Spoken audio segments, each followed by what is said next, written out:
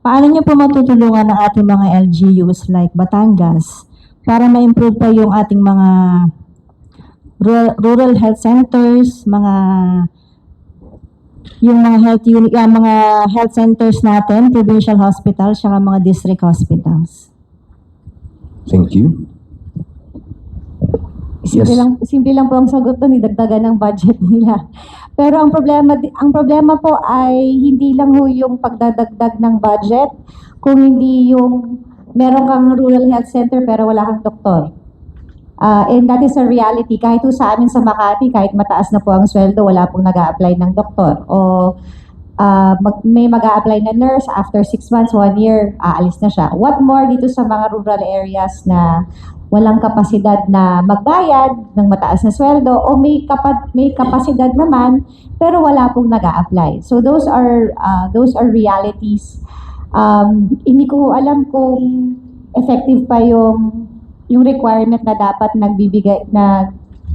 naglilingkod sa rural. But that is mandatory but only for a short period of time. Pero pagkatapos nun, pwede na silang umalis. Siguro ang kailangan din natin is yung paigtingin pa rin yung batas kung saan dapat nga maglilingkod muna sila sa rural areas bago sila mag-abroad. But mahirap kasi yun dahil mas malaki yung sweldo sa labas eh. It is a reality. Pero yun nga, dagdagan pa ng budget ang DOH at tignan kung paano ginagamit ng DOH ang kanilang pera dahil ang pagkakarinig ko ay may pera ang DOH pero hindi ginagamit ng tama. Attorney Abalos. Ang problema sa ospital kasi, alam ni Abby yan, naging mayor kami pareho. Madali magpatayo ng infrastructure, ang mabigat yung maintenance, yung sweldo ng doktor, yung gamot, equipments. Buwan-buwan yan, napakamahal ng lalo na yung mga magagaling na doktor.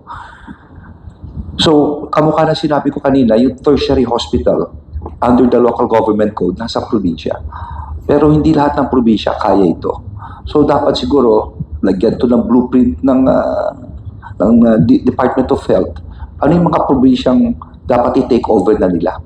Talagang hindi kaya eh. Pangalawa, we are archipelagic. Marata yung mga isla. At yung mga islang ito talagang hirap. Kung minsan, nakakadiskasya sa isa eh. Kaya nga nag-usap kami dati ni Sec. Ted Herbosa dahil yung problema ng mga mayor. Nagkaroon sila ng parang ship ambulance na bangka, na mabilisan. So, I believe in super health centers. No? Maski health center lang siya, pero emergency, nandun, may x-ray, etc., etc., hanggang makalipat sa ano. No? So, in a way, I agree with Abby. There's no dito, kundi bigyan mo talaga ng pondo, but what is important, i-identify mo na ngayon pa lang. Thank you. Congressman Erwin. Dalawang bagay. Ako, nasa 19 Congress ako na observe.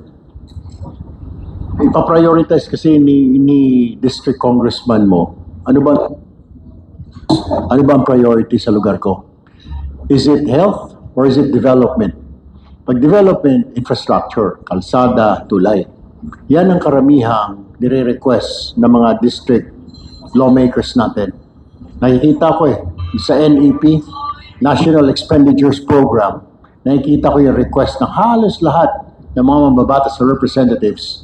Infrastructure, tulay, kalsada. Kasi development yun eh. It brings business. Farm to market road para mailabas yung mga produkto nila. Or is it health? Kalusugan ng mga kabayan niya, magpatayo siya ng ospital. Hindi naman pwedeng lagi-lagi humingi. Once a year ka lang pwedeng humingi ng pondo. Ano unahin mo?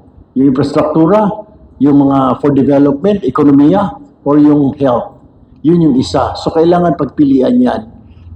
Pag-isipan ng LGU at saka ng congressman yan, ng governor, ano ba yung priority natin dito sa bayan mo? Prioridad mo ba ang bagong kalsada, farm to market road, para maadala mo yung mga produkto sa bayan, or kalusugan mga hospital? Pangalawa, sususugan ka lang yung sinasabi ni Senator Abby. Tama po yun.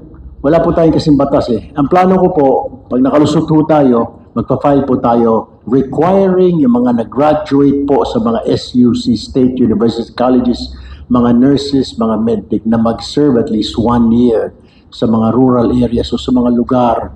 Kasi pinag-aral ka ng gobyerno, kailangan may balik, di ba? Kagaya wala pong iniwan yan sa PMA, yung mga PMA graduates namin, tapos gustong naging sundalo, they have to serve at least 4 years or 8 years na. So they have to serve 8 years bago sila pwede magsibilyan, magpiloto ng eroplano, ng sibilyan o magsiman. Kailangan mo nalang bayaran dahil malaking ininvest ng gobyerno. Ganon din dapat dito sa mga medical field. Nag-invest ng gobyerno, libre yung tuition mo, naging medtech ka, naging nurse ka, naging dentista ka, naging kahit doktor siguro. Kailangan mo mag-serve sa gobyerno, di ba? For 1 year or 2 years para mabayaran mo. Yun ang gagawin ho natin pag nakalusot ho tayo. Maraming salamat po. Yes, Mayor Abby. Yeah, napakaganda yung suggestion ni Congressman Senator Erwin. Dahil kung ang PMA na gastos ng gobyerno, ang kontrata namin doon talaga 8 years. Mag-serve ka. Otherwise, you have to pay back. Pagka nag-resign ka earlier than 8 years, parang yun ang kontrata. So, the same should be applied sa mga SUCs. After all, scholarship eh. So, pag silbihin ng, sabihin natin 1 or 2 years, total may continuity naman yan eh. Every year, meron nag-graduate, meron papalit para magsilbi sa mga malalayong lugar sa Pilipinas. Mayor Abby, then Tito Sen. Sige, Tito Sen. Meron namang ano yan eh, may precedence.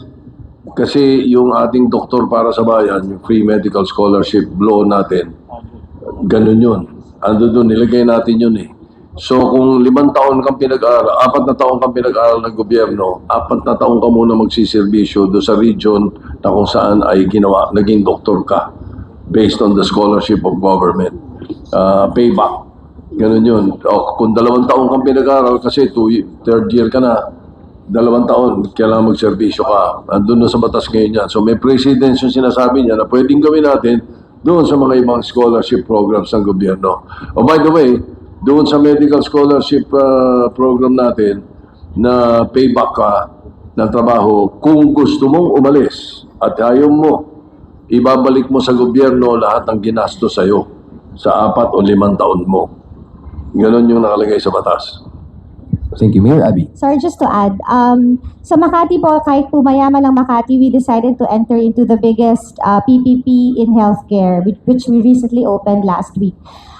Siguro yun yung isa ring bagay na pwede pong i-consider. Bakit po lagi ang PPP natin ay tollway, tulay, when we can also enter into PPPs when it comes to healthcare. So that's something that we can ask the LGUs to consider and even the national government para i-push po yung PPP on healthcare. Thank you. Next question, please. Magandang hapon po sa James Reyeta po, Balisong Channel. Ang punta na dito po sa ating Taal Volcano at mga natural disasters na patuloy na nagbabanta ng buhay at kabuhayan ng mga taga Batangas. Ano pong konkretong batas